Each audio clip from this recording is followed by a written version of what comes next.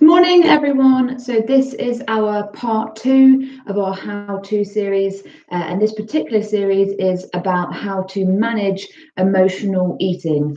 So what I need to preface this by is that I am not a counsellor, I'm not an emotional eating specialist, I'm not a binge eating specialist, I'm not an eating disorder specialist. I'm a personal trainer, and I have a background in with a personal connection to emotional eating because it's something that I went through myself. And it's something that I had to overcome myself to get myself to a point where I was a healthy, functioning, and kind of confident human being where I felt that I had it under control. So, bearing all that in mind, I want you to use this information the way it's intended, in that it's there to give you a sense of background, a sense of support, a sense of guidance. But if you feel that you do have an eating disorder, if you do feel that you have any issues that go beyond just, kind of generally learning about a subject through a video or through a PDF, then please do consider talking to your GP, reaching out to a counsellor, or reaching out to me, and I can then signpost you to people that work at a higher level with this sort of thing. So I would never ever want to give the impression that I'm trying to work outside my remit. This is just to give you an introduction to what emotional eating is and how you can do some basic and simple things to potentially help yourself. But if you find that you're still struggling with this, if you find that you're still stuck and still going around in circles, and that you think that the help that you need is at a higher level, then please consider reaching out and asking for that, because this is something that can be very crippling, it can be very debilitating, and it can go on for years and decades if you don't get the help that you need. Okay, so bearing all that in mind, we're going to dive straight into the content for part 2. So in part 1, I just gave you like a basic intro to what emotional eating really is. I gave you a bit about my background and my experience with emotional eating. And this second part of the series, I want to talk a bit more about some of the strategies that you can use to try and get it under control. So but before you get started with my content, I want to kind of signpost you out straight away to Corey Probst.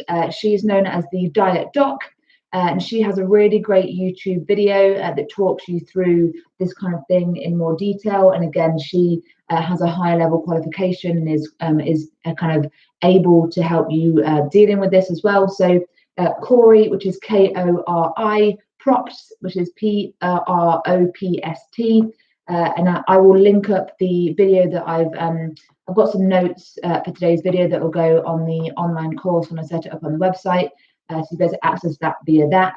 But otherwise, I'll put the link to her video in the YouTube and Facebook video as soon as I've got them edited and uploaded to the relevant places. So going back to the first section of our course in particular, I just want to kind of ask you, did you manage to identify whether you are an emotional eater? Did you identify any particular times, triggers, emotions, occasions, situations where you have found that you are kind of led down the path of emotional eating or binge eating? And the vice that you have doesn't necessarily have to be food. It could be alcohol, it could be sex or drugs or smoking or online shopping. We all have different coping mechanisms. Food was the one that I learned to use at an early age. But over the years, you may have picked up different things and different habits. And just because your vice might be different to what mine was, what we're talking about today, it doesn't mean that the actual content is not still applicable to anything that you're kind of using as a crutch to kind of squash or kind of maybe like ignore your emotions, because it's easier to choose the thing that's making you immediately feel better rather than deal with the emotions and how you're feeling right there in the moment. So just bear that in mind. So if your triggers are different, if your vices are different, this could still be relevant to you, and you could still use the basic concepts to kind of help yourself move beyond this. So when I was dealing with this, when I was in the midst of being my biggest bingiest self, I didn't really identify as an emotional eater. I didn't really know what I was. I didn't know what I was doing. I knew that I was eating too much. I knew that I was stuffing my face full of food. but I didn't know there was a label for it. Not that necessarily, I don't necessarily subscribe to labeling everything, but I didn't know that there was a term for what I was doing. And I really wasn't ready to take responsibility in that stage. So it was really when I was ready and able to take responsibility, that I was then able to start making positive changes. So this is not a reflection of where you are on your journey with this. The level of responsibility comes from being ready to change, being ready to identify how you're feeling, where those feelings are coming from, and picking apart how you tick. And that can be really intimidating. And I don't want you to feel that you're being pressured into doing that until you feel ready. However, the sooner that you can address these concepts, the sooner that you can kind of get into the feelings and the thoughts and the emotions of it, the sooner you'll be able to get this under control. So just, you're on your journey, everyone else is on their journey, but just make sure that you keep it in mind at all times that your long-term health is at stake here. So if you're kind of worried about that, if you're concerned about that, then do consider reaching out and asking for some help, because we want to make sure that your health, your longevity, your well-being is at the forefront of all of this kind of time and effort and work that we're trying to do. So if you are like me, it's probably been nagging at you for years and years. You didn't understand the behavior before, and you felt too ashamed to admit it to anyone, even to yourself. There's an element of self-denial, at least there was when it came to me. And again, I think I alluded to this in part one, was that my biggest fear was that I wouldn't be taken seriously as a coach and a personal trainer if I admitted to this issue that I was having. And really what you're kind of admitting to when you admit to emotional eating is admitting that you lack a bit of control over yourself. And that can be a really scary thing to say out loud, because we almost pride ourselves by being in control. We have this kind of sense of what would you call it, like a sense of pride, that we have things under control. I don't know how many times I've said that in my whole life. I've got it under control, I've got this.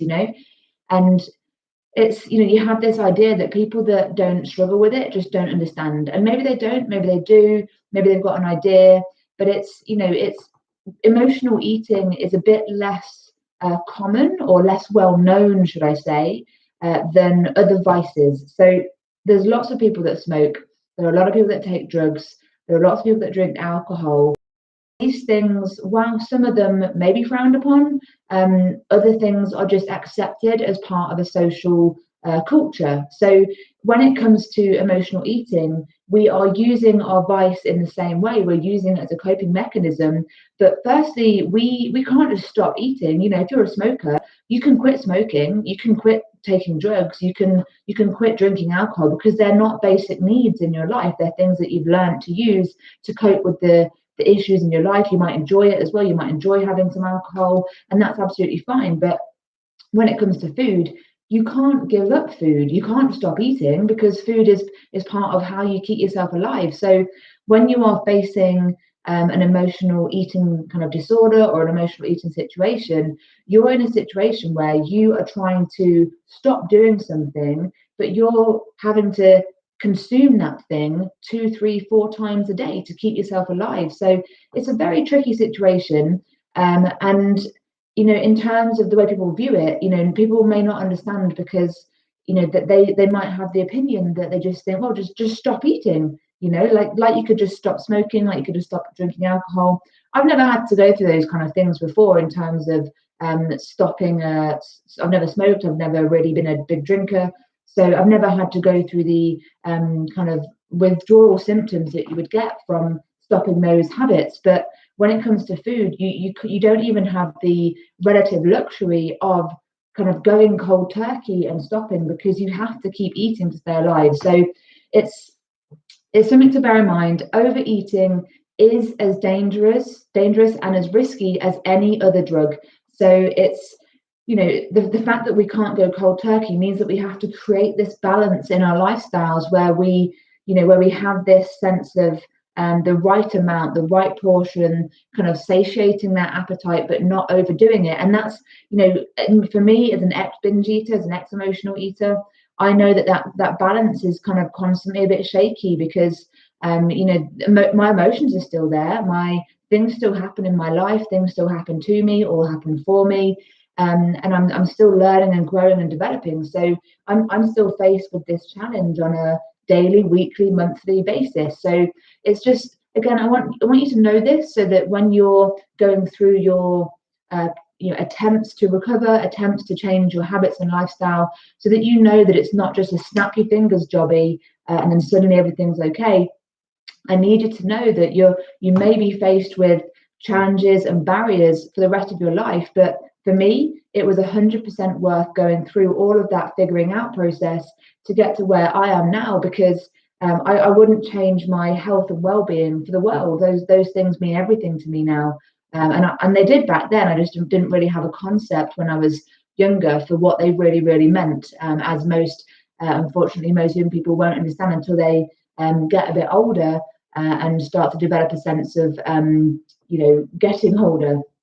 So emotional eating is kind of, a sense of like a band-aid or a patch, and it's patching up the issue. It's covering over the owie. It's like a crutch or something that you are kind of enabling yourself to do to avoid the actual situation in hand. So what we really, really do need to do is to look at the underlying cause and start trying to understand and start to mend elements of our lifestyle that are creating that situation where we are feeling those fairly strong triggering feelings. So the emotional eating is a short-term solution. It patches up a hole, it plugs the leak, but it doesn't allow us to deal with the feelings that we're actually experiencing underneath. It deals with the immediate issues of feeling mad or bad or sad or angry, but it doesn't actually help with the addressing of the longer term, actually kind of more important foundation feelings that are triggering and driving this behavior. So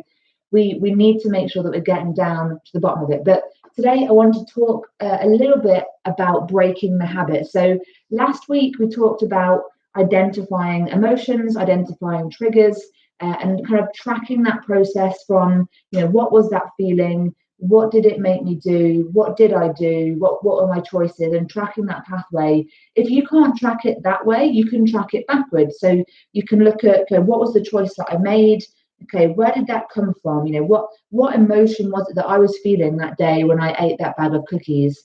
And then you can start to look at what those trigger situations were. So was it that you got some bad news? It made you feel sad, so you went and ate ice cream. Was it that your partner said something insensitive? You felt angry, so you went to eat some cookies. We've got to try and map that process out so we can start to understand where these behaviors are coming from. So I've done quite a lot of research on this subject, and I've done quite a lot of reading and podcasts and audiobooks and that sort of thing.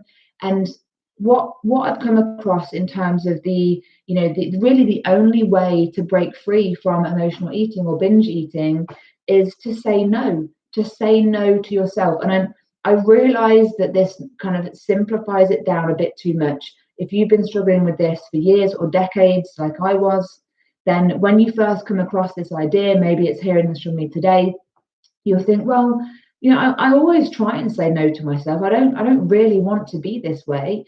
I've tried to talk myself out of it before, and I just can't. The compulsion is just too strong, and it's a battle. It's like a battle. You have to get to the point where you say no in a strong enough way, and then remove yourself, distance yourself, distract yourself from the thing that you normally go to. So when you feel that urge, say no, I am not going to do this thing today, and then go out for a walk, call someone, call your mum, drink a glass of water, call me, text me, go somewhere else and do something. Get away from your fridge, get away from your pantry, get away from your cupboard. And if you're not ready in that moment right there to talk about how you feel, just remove yourself from the situation, say no, and then get yourself distracted, get yourself distanced, so you cannot go and do the behavior that you've become reliant upon to make yourself feel better. It will feel rubbish for the first few minutes, but if you go out for a walk, don't take any money, don't walk past any shops, don't don't enable yourself to reinforce the behavior pattern anymore. And bear in mind that you are going to have various occasions over the period of trying to recover from this that you do still repeat the behavior that you're trying to stop. However, the more that you can kind of cut that link between emotion, action, emotion, action, emotion, action, the more that you can kind of sever that link and kind of dampen down that drive to go and do it, the easier it becomes over time. And that is done really simply by saying no. Every time that you say no, and every time that you don't do that pattern. So in the same way that you learn a skill, like a skill like shooting a basketball hoop or doing a squat, every time that you practice that skill, you make it stronger, you make it more automatic, you make it more efficient. Okay. So we can do the same thing for this. It's the neural connection between the emotion that you feel and the action that you take. You've strengthened that link over years and decades. Okay. So what we need to do is start to weaken that link. And every time you say no, every time you do something else instead of binge eating, instead of emotional eating, you are weakening the link between the emotion and the action that you're taking before, and you are creating a new emotion action connection. Okay, so in the beginning, just do something else, anything else. It only takes about maybe 10-20 minutes for the craving and the desire to emotional eat to pass.